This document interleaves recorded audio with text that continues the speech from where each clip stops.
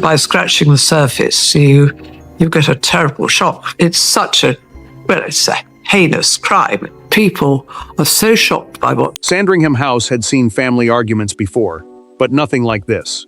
Before sunrise, while the estate still carried the silence of old power, Camilla arrived expecting the doors to open as they always had.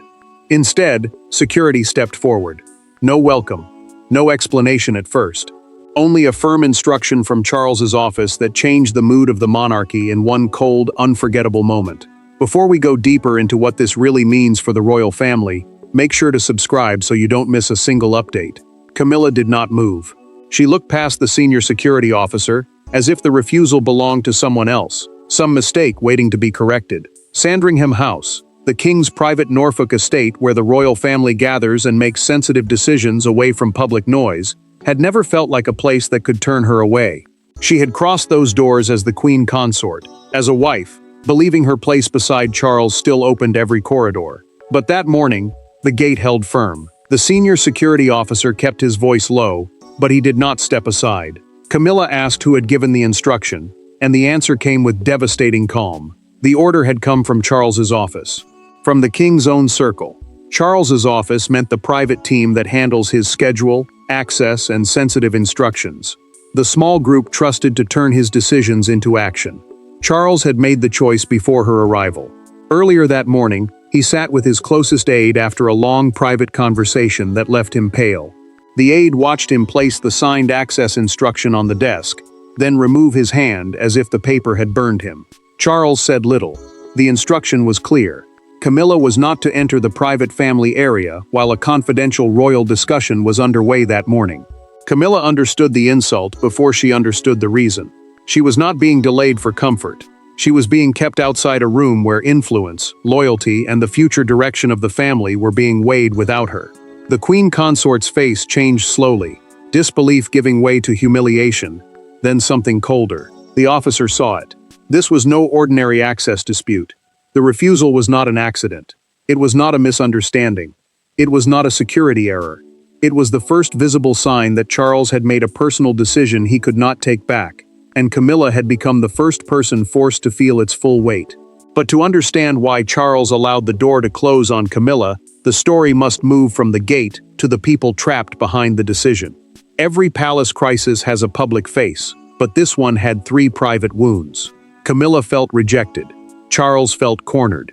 William felt the future of the crown pressing against his chest. Inside Sandringham, this was not simply about access to a house. It was about trust, loyalty, and the terrifying question of who still had the king's ear when the monarchy was most vulnerable. Camilla stayed in the car longer than anyone expected. She kept one gloved hand on the door handle, but she did not open it. The queen consort, the title given to the wife of a reigning king, placing her beside him in public ceremony but not above the crown itself, had just been stopped at a place she believed still recognized her without question. Sandringham mattered because it was not a public stage. It was where family power breathed in private, where Charles could be husband, father, and monarch in the same painful hour. Charles knew that pain before Camilla felt it. He had already imagined her face when security refused her. He had already heard, in his own mind, the question she would ask: "Did you allow this?" The king was not simply blocking a wife from a room. He was admitting that marriage could no longer be allowed to blur the lines of authority. That was why the decision cut so deeply. It did not attack Camilla's title. It questioned her place inside the most sensitive circle. William had reached that point before his father did. The prince had warned, in a recorded private family discussion later summarized by a senior aide, that one more breach of internal confidence would force them to separate affection from authority. William did not speak with anger in that account. He spoke with restraint, and that made the warning heavier. The future king believed the monarchy could survive pain, but not confusion about who controlled its private decisions. Camilla refused to believe Charles had let the order stand until silence made the truth impossible to avoid. She looked toward the house, then back at the officer, as if waiting for someone to rush out and undo the damage. No one came. Inside, Charles remained behind closed doors, carrying the cost of a choice that protected the institution while wounding the woman beside him. William was already inside Sandringham when the refusal happened. That single fact changed everything. Camilla's exclusion meant a private meeting was underway without her, and the people inside were discussing something too important for her influence to touch. And the answer begins not at Sandringham's gate, but weeks earlier, in a private ceremony where one careless moment shattered the fragile peace. The refusal at Sandringham did not appear from nowhere. It was born in a smaller room, during a private royal ceremony that was meant to show unity. Instead, one sentence, spoken at the wrong moment, exposed a divide no one could hide again. By the time Camilla reached Sandringham, the real damage had already been done. 3 weeks earlier, Charles had entered Windsor believing the family could still control the tension.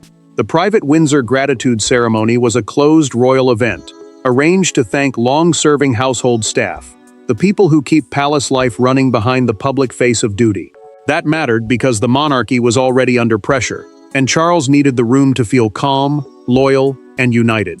Camilla stood beside him with practiced composure, while William arrived with Catherine and Princess Anne, each of them aware that even small gestures could carry dangerous meaning.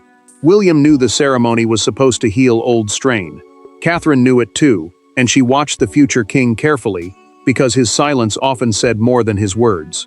Anne kept close to Charles, not interfering, not smiling too much, but reading the room with the sharp patience of someone who had seen royal peace collapse before.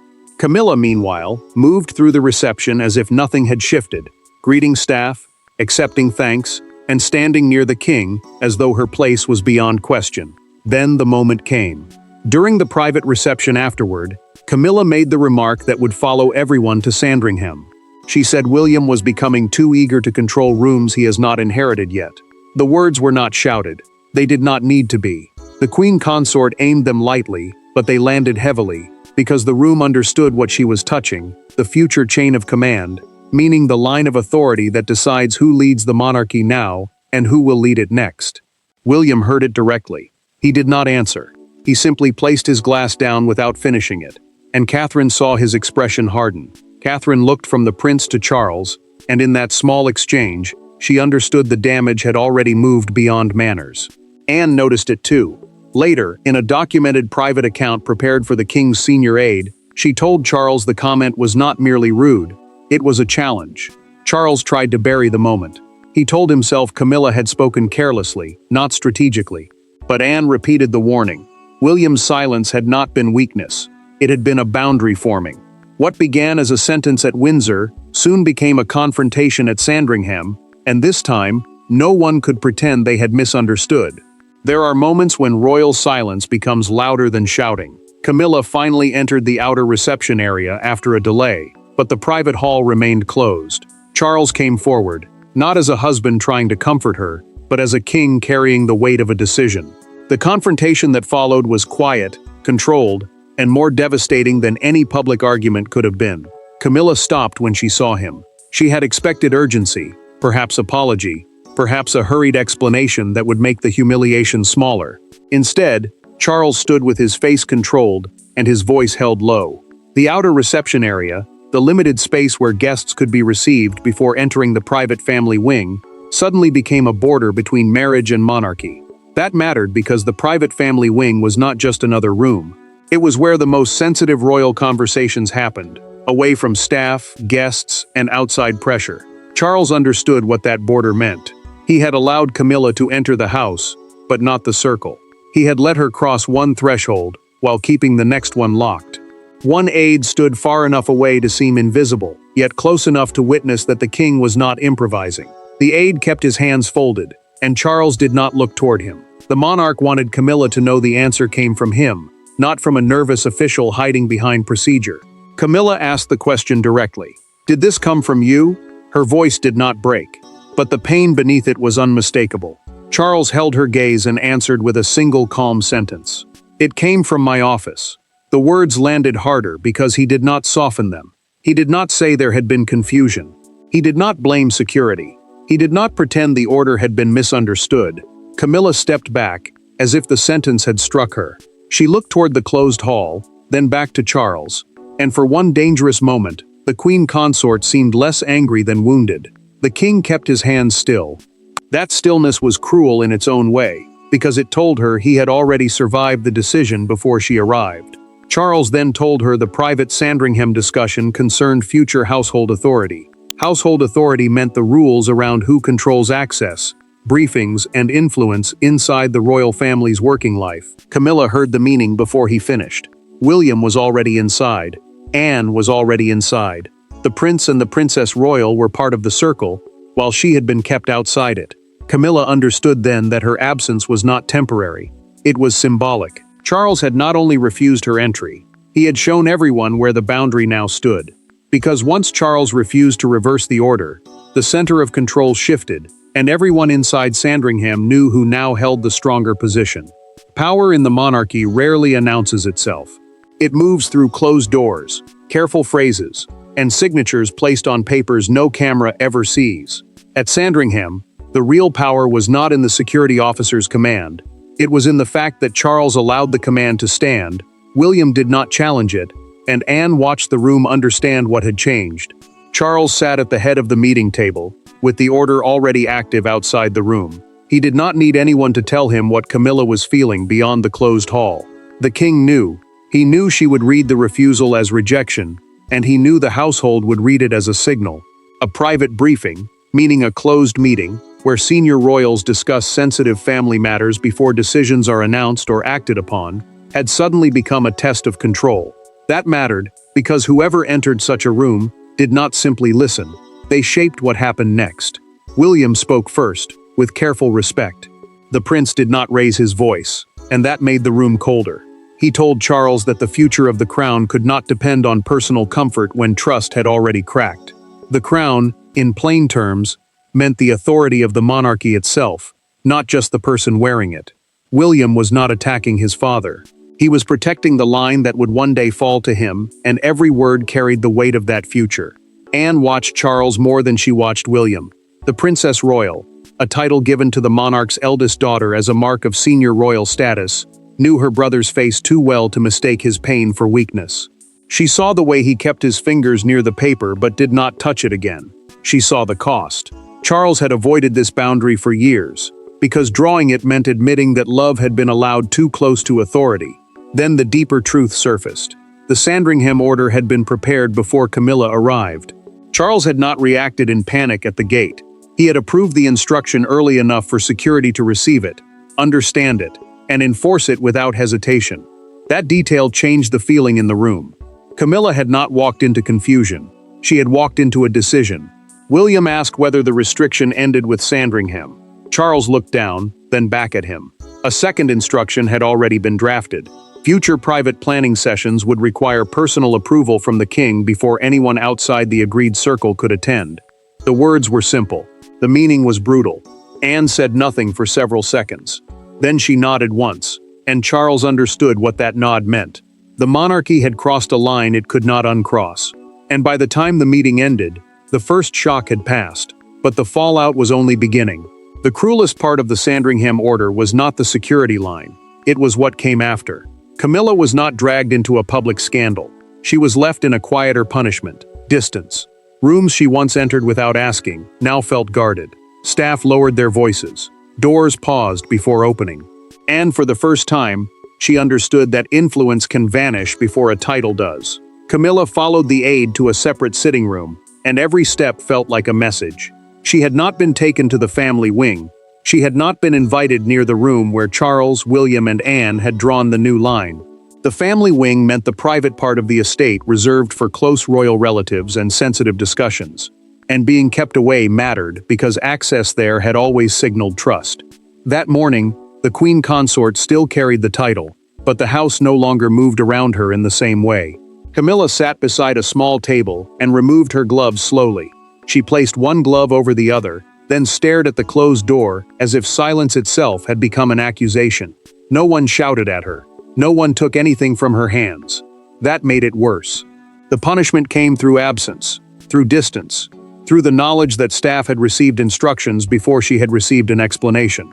Charles remained in his study longer than necessary. The king knew that staying away only deepened the wound, yet he could not bring himself to cross the hall. His office had enforced the order, but his heart had to live with it. A revised movement instruction, meaning a simple internal notice telling staff who could go inside the estate, had reached the household team. That mattered because it made the restriction active, not symbolic. William asked the question no one else wanted to say aloud. Would the restriction hold beyond Sandringham? The prince kept his tone controlled, but Charles heard the demand beneath it. William was not asking about one door. He was asking whether the monarchy would keep a boundary once it had drawn it. A senior aide later confirmed in a documented household note that Camilla's access to future private briefings would be reviewed case by case. The phrase sounded calm. It was not calm. It meant the queen consort would no longer enter every room by expectation alone. Camilla kept waiting for Charles. Charles kept delaying the moment. As the first night settled around Sandringham, the estate seemed to understand what the family had not said aloud. Because the monarchy could manage the procedure, but only Charles could confront the wound he had opened. After the documents, the guards, and the closed doors, there came a moment no institution could control. Charles and Camilla stood alone, stripped of titles and surrounded by everything they had refused to say. There were no aides to translate the pain into procedure, no family members to absorb the silence. Just a husband, a wife, and a decision that had already changed them. Charles asked for the room to be cleared late that evening. He did not send another aide. He did not hide behind another instruction. The king walked toward Camilla himself, and that choice mattered, because the whole day had been shaped by people speaking for him. Now he had to speak as the man who had allowed the door to close, not just as the monarch whose office had enforced it. Camilla looked up before he reached her. She had been sitting in the small room for hours, quiet enough for the silence to feel like a judgment. The queen consort had not lost her title, but she had lost the easy certainty that came with it. A royal title is a formal position in the monarchy, but it does not always guarantee private influence. That was the wound Sandringham had opened. She still stood beside Charles in public, yet one private door had shown her that public rank and private trust were no longer the same. Charles sat across from her, not beside her. That distance said what neither of them wanted to admit. Camilla told him that being stopped by security felt like being erased in front of the household. She did not shout. She did not plead. Her voice stayed steady, and that made the hurt sound deeper. The king lowered his eyes because he knew she was right. The order had been brutal. It had humiliated her in a way no careful explanation could fully repair. Charles answered slowly. He told Camilla that the crown could not survive if private loyalty kept overriding institutional trust. The crown means the monarchy as a system, not just the person wearing a crown, and that mattered because the family's private choices could damage the public future. He said the Sandringham restriction would remain, not as revenge, not as punishment, as a boundary around the next chapter. Camilla heard the finality in his voice. Charles was not removing her from his life, but he was removing her from a certain circle of power. That truth hurt more than anger, because it left no clear enemy to fight. Camilla turned her face away. The king did not stop her. For the first time that day, both understood the same thing. By dawn, the locked door at Sandringham was no longer just a family matter. It had become the image everyone wanted to understand. The monarchy can survive silence inside its walls, but it cannot always control the mourning outside them. By breakfast, the Sandringham refusal had escaped the estate's iron gates. Newspapers sharpened the story. Broadcasters repeated the same phrase until it felt historic. Crowds gathered not because they had answers, but because they sensed something rare. A private royal boundary had become a public symbol. Camilla saw the headline before anyone could soften it. She unfolded the paper, read the words once, then folded it shut with careful hands. Palace Communications had tried to call the incident a private scheduling matter, meaning a timing issue handled inside the royal household, rather than a major family rupture. But that explanation failed, because Sandringham was not just any house. It was where royal privacy had protected royal power. And now that privacy had cracked in public, Charles watched the broadcast without speaking. The king heard the presenter repeat the phrase, "refused entry," and each repetition made the private order feel larger than the room where it began. A palace communications office is the team that manages official public messages, and its problem was simple. The public did not believe this was only about timing. Charles understood why. People saw the refusal as a sign that old loyalties were being tested, and that William's generation moved closer to control. William's name moved through discussion even when he did not appear on camera. The prince had not stood at the gate, yet the story seemed to gather around him. Commentators described the moment as proof that the future king's demand for discipline was no longer hidden inside family rooms. William had wanted boundaries, Now the country was watching one become visible. Camilla remained still when a second paper was placed beside her. The front page showed Sandringham's gates beneath the headline, "The door that would not open." She did not ask who had approved the image. She did not need to. The queen consort knew the picture had done what no statement could undo. It had turned her humiliation into a national symbol. Charles saw another moment unfold outside Buckingham Palace, the London residence used for royal work and public ceremony. A small crowd gathered near the gates as a broadcaster described the refusal as the clearest sign yet of a new internal order. The words carried through the morning, like a verdict before the family absorbed the wound. Public fascination mattered. Headlines mattered. But the final meaning of Sandringham would not be decided by newspapers, broadcasts, or crowds. And when the noise faded, the monarchy was left with one hard truth. The closed door had spoken for all of them. In the end, Sandringham did not destroy the monarchy. It clarified it. The refusal at the door became more than an insult, more than a private humiliation, more than one painful order from Charles's office. It became the moment everyone understood that affection and authority had separated. Camilla remained beside the king, but not at the center of every decision. Charles carried the decision like a wound he could not display. Sandringham, the private royal estate where family tradition and sensitive choices often meet behind closed doors, had become the place where he chose boundaries over comfort. That mattered, because the monarchy could not survive on emotion alone. The crown, meaning the royal institution and its authority beyond one person, needed trust more than it needed peace at any price. Charles knew he had protected that trust, but he also knew he had damaged something personal to do it. Camilla carried the morning differently. She remembered the security officer, the closed hall, the pause before anyone answered her question. The queen consort still had her title, still had her place beside Charles, still had the public role people recognized. But Sandringham changed how every glance felt. Staff would remember that she had been stopped.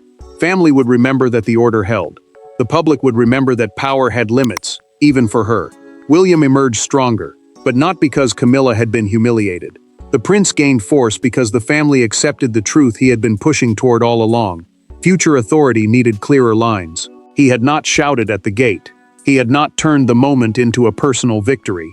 Yet his warning had shaped the outcome, and the future king's position moved closer to the center of royal life. Charles understood the cost of that shift. He had not chosen against Camilla as a wife. He had chosen against confusion as a monarch. That was the painful heart of the verdict. Sandringham was never only about entry to a house. It was about entry to trust, and once confidence broke, even the most familiar face could be kept outside. Camilla's power had limits. Charles's duty had hardened. William's future had moved closer. The monarchy had chosen survival over sentiment, and that choice left everyone changed. There is no unresolved mystery left at Sandringham. The door closed, the message landed, and the royal family moved forward with a colder, clearer understanding of power. Thanks for watching. Please don't forget to like and subscribe, and we will see you in next one.